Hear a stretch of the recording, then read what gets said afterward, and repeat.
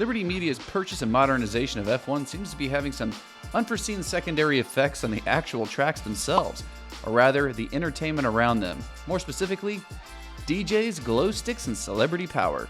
Parties.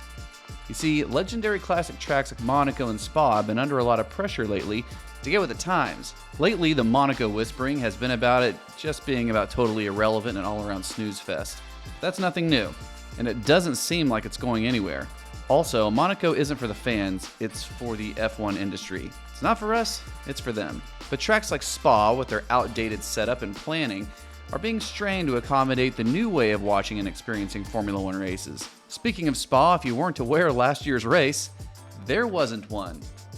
Well, there sorta was one. The practice lap, I think, counted as an actual lap, which earned George Russell a point, so it technically counted.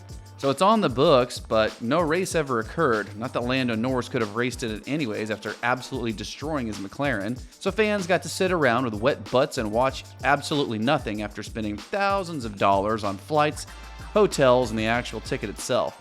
Sounds like fun, right? So ask yourself, would you rather do that or fly directly into a party wrapped around an F1 race? I know what I'd rather do. So what does a track like Spa need to do to have a shot at the 2023 calendar?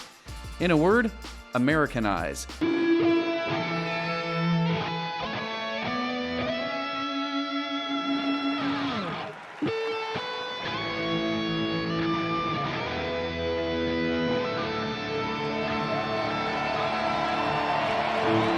Liberty Media is modernizing F1 in a variety of ways.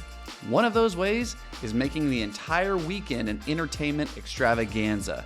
They're Americanizing it, which is why it's prioritizing so-called destination races like Miami and Las Vegas. Those tracks are smack dab in the middle of cities with the ability to provide tons of entertainment options outside of the actual race itself. And they aren't way out in the middle of the boondocks where you can't get to them, and when you do, you have to walk through a mud-soaked parking lot to sit on wet grass, wait for the cars to go by. No, they want transportation and access to be smooth, easy on the fans. They want a significant amount of other entertainment in select dedicated areas for parties with DJs and glow sticks. A whole weekend of parties, in fact. And if the track can't provide that, they're gonna get the axe. All of those entertainment experiences the fans encounter is just more advertising for F1. So get ready, because this is just the beginning.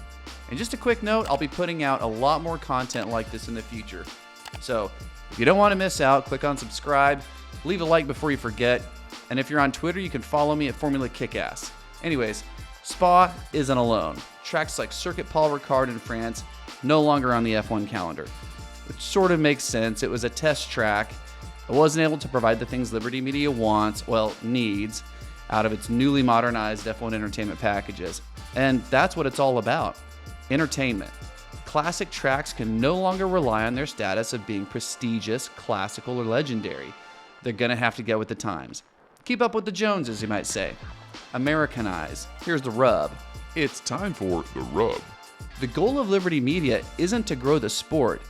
It's to grow the sport in America. Like it or not, there's an entire generation growing up now watching F1 with their families every race Sunday morning.